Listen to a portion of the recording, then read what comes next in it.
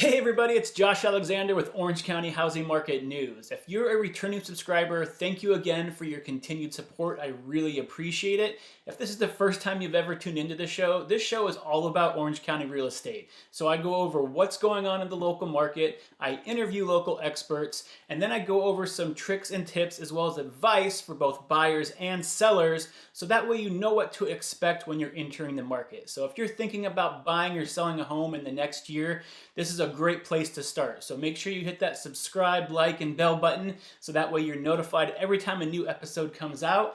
That way you're ready to go when you decide to get into the market.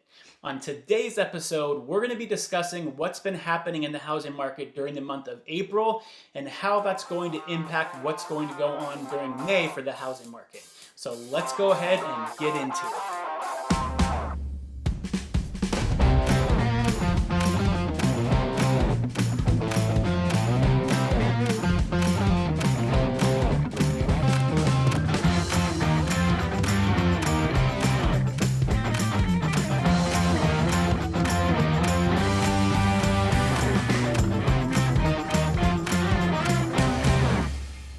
Okay, so let's first look at what's been happening in the housing market in April, and then I'll go over what that means for the May housing market. So if you recall, during my last market update, I let you know that we were at the very beginning of that spring shift, where typically you start seeing more homes hit the market, inventory increase, and demand will start to flatten as well as go down. And that's exactly what's been happening over the last couple of weeks of April. So let's take a look at that. So on the supply side of things, we finally started to see inventory increase. So supply is hitting the market faster than coming off finally, which is a welcome relief to buyers. Over the last 2 weeks, we've seen about a 6% increase in supply. And that's a great sign because that just tells you that we're starting to enter a more normal market where you start to see these increases right before the summertime. Okay, so let's look at the demand side of things. So over the last couple of weeks, we're finally starting to see demand drop a little bit. And I'm celebrating that because that's bringing us closer and closer to a healthy housing market. Because right now, we are in an insane market, which is unsustainable, and we want to start seeing the housing market normalize a little bit. So a decrease in demand is actually a good thing for the long-term outlook of the housing market. So over the last 2 weeks, demand dropped by about 3%. So it's not significant, but it's starting to go in the right direction. The majority of that drop is probably due to interest rates climbing through the month of March. So when interest rates climb, less people apply for mortgages, which eventually translates to less pending sales, and that is now what the data is showing, and that's why we're starting to see that drop in demand. Okay, so supply is going up, demand is going down. What does that mean for the month of May, and where does that going to put buyers and sellers if they're deciding to get into the market in the month of May? So let's take a look at that. Okay, so again, let's start with the supply. So during the month of May, you should expect supply to continue to increase week by week. And that's typical for this time of year. So usually during the months of April, May, and June, we're going to see a large increase of homes hitting the market. And that's going to be true this year as well. On top of that, compared to normal years, we do have a big amount of inventory from last year that didn't hit the market because sellers just didn't want to take the risk of putting their home on the market. That we should start seeing hit the market this year as vaccines roll out, as the cases go down. Right now, I think Orange County has about 1.4% positivity rate, which is extremely low. So we should start seeing people as they're getting vaccinated, with this rate continuing to be low, feeling more comfortable getting their home on the market and finally starting to get it sold. So we should start seeing those numbers increase more significantly week by week as we get closer and closer to summer. Another reason is because a lot of sellers want to get their home on the market right before their kids get out of school, and that way their home sells as they get out of school and they can do all their moving after the kids are done with a semester and they're not in the middle of a school year. So that's again another reason why you start seeing more inventory hit the market now as opposed to in the middle of summertime.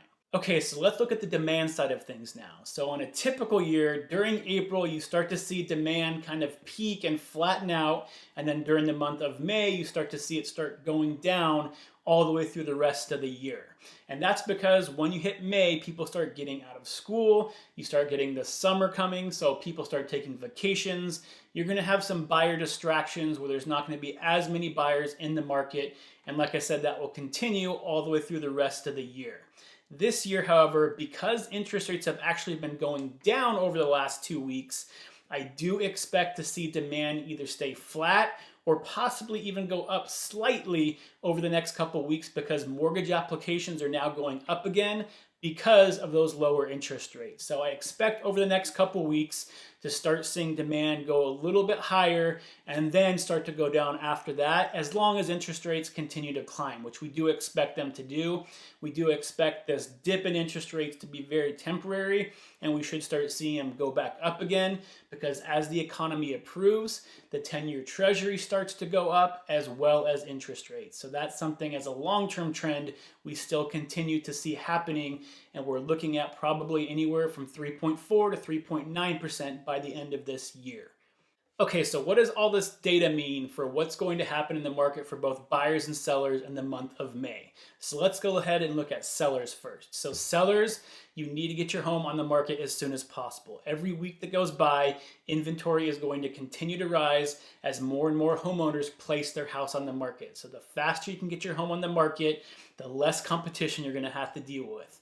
On top of that, because we did see this temporary dip in interest rates, over the next 2 to 3 weeks, you should have a little bit higher demand than usual, and you're going to be able to have multiple offers, maximize the amount of profit you're going to get in your home. So if you can get it on the market while you have this temporary dip in interest rates, it's going to be a great time to do so.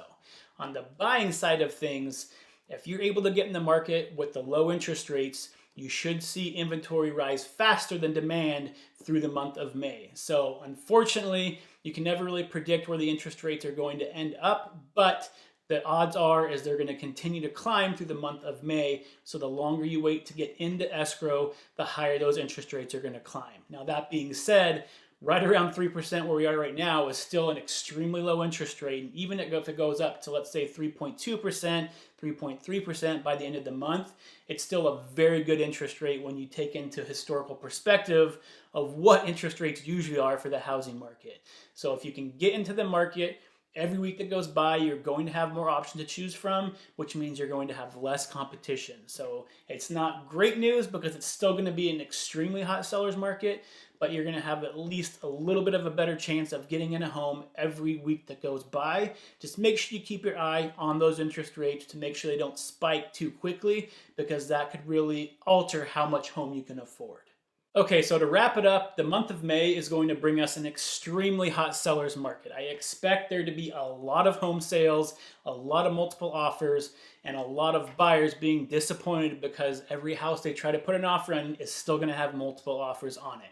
So even though we're starting to see at least some trends emerging of getting back to a more healthy market, it's going to take a while to get there. So during the month of May, sellers are still going to have a very significant advantage over buyers. However, by the end of the month, it will diminish slightly. Now, over the summertime, we are expected it to be an extremely hot seller's market all the way through summer. But as the months go on, sellers will have less and less of an advantage as we get towards the end of summer. You will still see a hot seller's market. It just won't be an extremely crazy, insane, once-in-a-lifetime seller's market that we're seeing right now. So I hope you found this information useful. Until next time, stay healthy, stay happy, and I'll see you soon. Bye.